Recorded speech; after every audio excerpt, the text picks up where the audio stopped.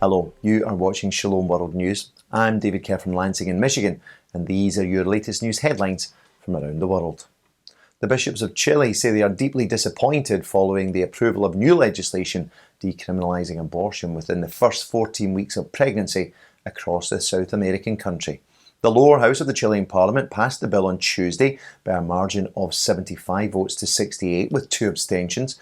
The legislation will now be examined by the country's Commission on Women and Gender Equality before going to the parliament's upper house, the Senate, for a final vote.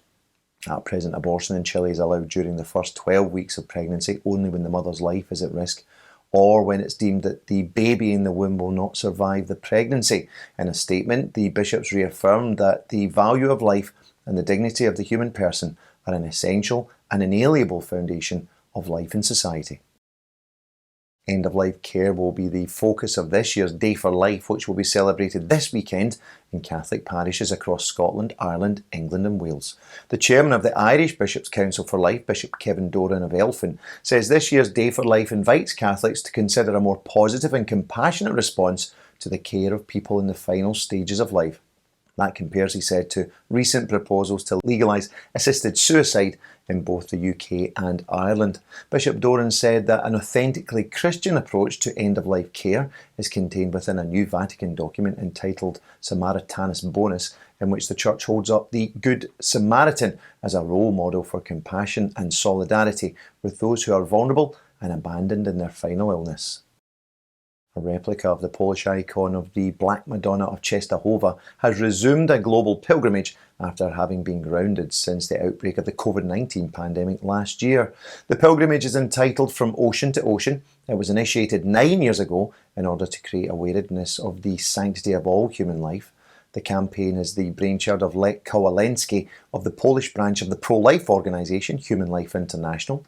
The icon was painted by his wife, Eva, over the period of 7 years. The sacred image began its journey in the Russian port of Vladivostok back in 2012.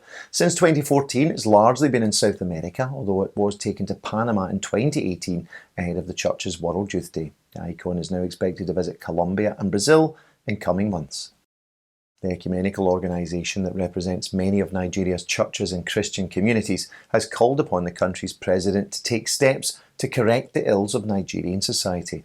In a message to mark the 61st anniversary of Nigeria's independence from Britain, the head of the Christian Association of Nigeria, the Reverend Samson Ayokunle, says that the country's Christians are presently plagued by insecurity, inflation, unemployment and kidnappings.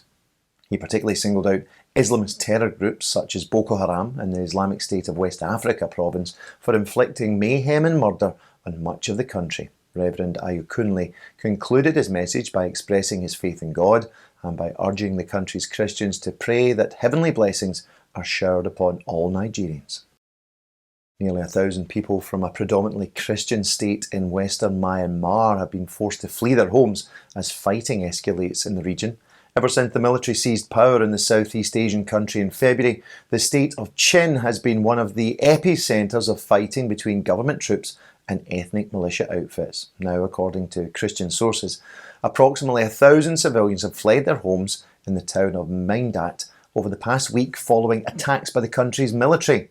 Reports say that a clergy house, a convent and a boarding school in the town all suffered damage, along with several domestic dwellings.